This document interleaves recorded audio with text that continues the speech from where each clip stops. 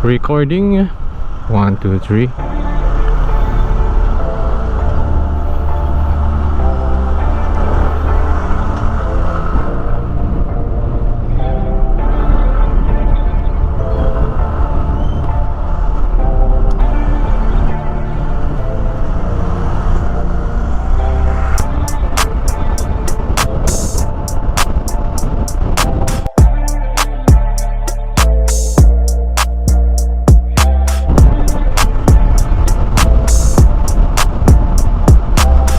Okay, what's up? What's up?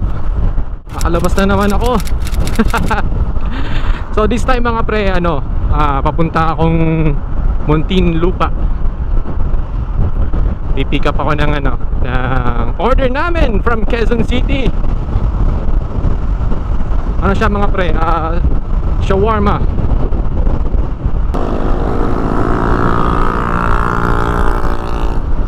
What's up mga riders? Ano ba yung nakalagay sa likod nila? Hindi ko mabasa. So yun nga mga pre, pupunta akong Muntinlupa. Pupunta ako dun sa bahay ng tropa ko dahil pipick upin ko yung in-order namin. Nakisabay lang ako sa kanya kasi yung order namin galing pang Quezon City. So ganun kalayo, ganun pa kalayo yung pinanggalingan ng in-order namin. So ganun ka-special tong shawarmang to. Naku, first time ko matitikman Kaya lang, baka maligaw ako Ang tagal-tagal ako hindi nakabisita sa kanila. Teka. One eternity later. Okay, let's go.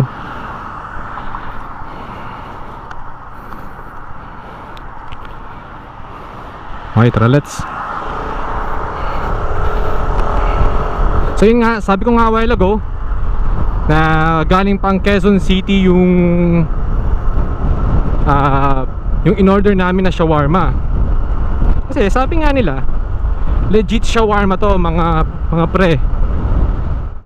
So shout out sa tropa namin na may-ari ng shawarma na to. Lalagay ko yung link niya dito sa description para makita nyo. Okay, a short background lang sa amin. Itong tropa namin na may-ari ng shawarma, classmate namin siya noong high school sa Abu Dhabi. So mga laking Abu Dhabi kami, kaming tatlo. Ngayon nag-decide siya na magtayo ng shawarma dito sa Pilipinas. Yung tipong kung ano yung lasa ng shawarma, yung legit na shawarma na galing sa Abu Dhabi, dinala niya dito. So ngayon papapatunayan natin yan mamaya pag natikman natin.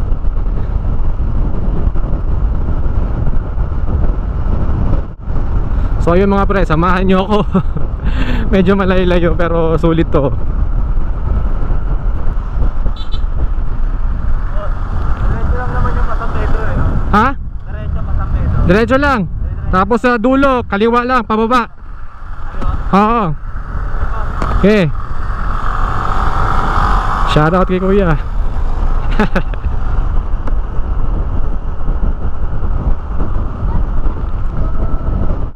First time niya yata dito So sa mga nagtatanong kung bakit hindi na lang namin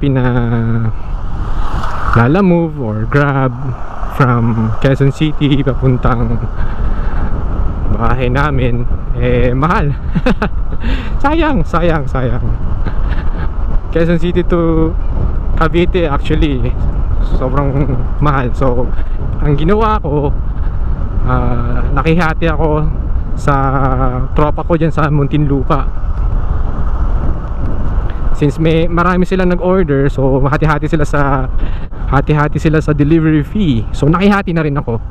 Tapos pipick upin ko na lang. In a way, makakalabas din ako.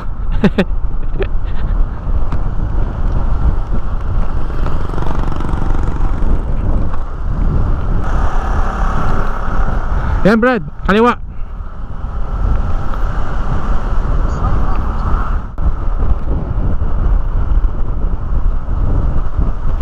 Sumusunod pa rin sa akin si kuya. Okay lang, guide natin. Okay, waiting game. Ito yung one way na ano bridge.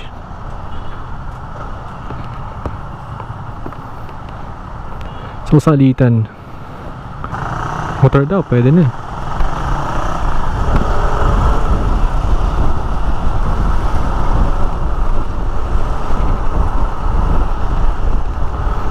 Alright, what's up Munti? Ay, na-SLEX oh. Ay, takpan. Ayan. Ayan, na-SLEX.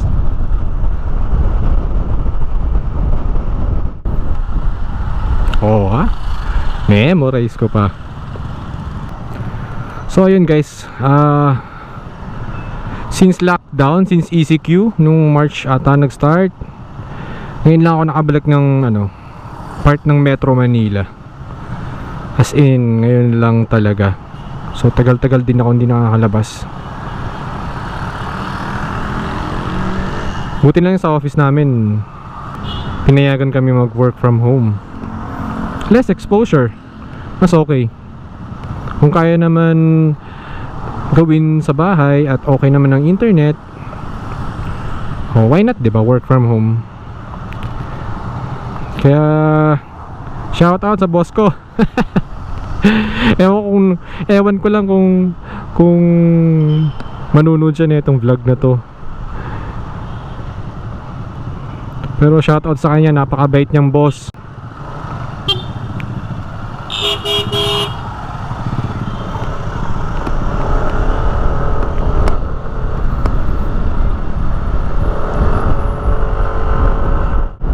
Okay, teka lang. Baka lumagpas tayo. Nasaan na ba yun?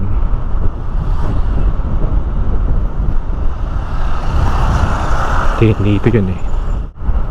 Nararamdaman ko na malapit na eh. Malapit na ako lumagpas.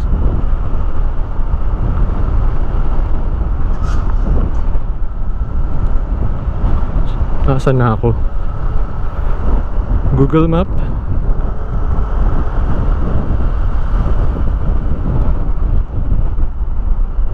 Malaki pa pala. Ito. I see it! Bigayan lang mga sir. Dito na me, dito na you. Salamat!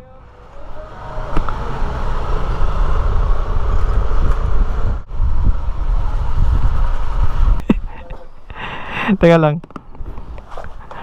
One eternity later.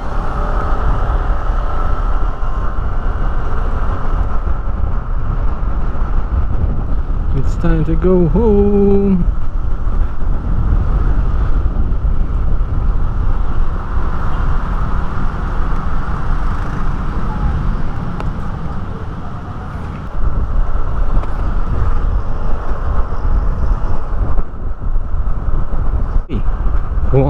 Honda ADV. Nice. Excited na ako tikman tong in-order namin na shawarma.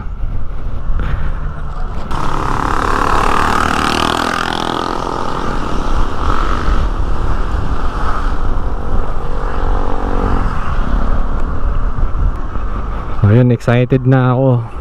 Excited na akong matikman ang shawarma.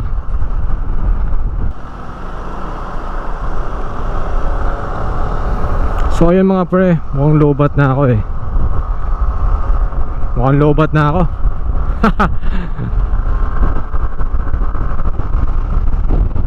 So baka dito ko na i-end yung yung vlog for today. Woohoo!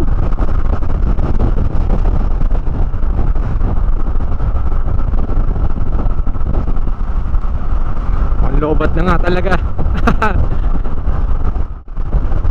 So ayun mga pre, aantayin ko na lang na malobat to. Pero 1 bar na lang talaga siya eh. Tingnan natin hanggang saan.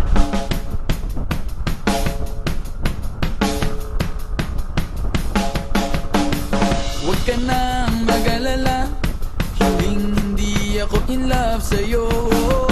Bakit ba pakiramdam mo pa yata lahat kami ay naaakit mo? Miss, pakitigil lang please ang iyong pagpapantasya. Hindi ka na nakakatuwa, papagulpin na kita sa gwardyang may batuta.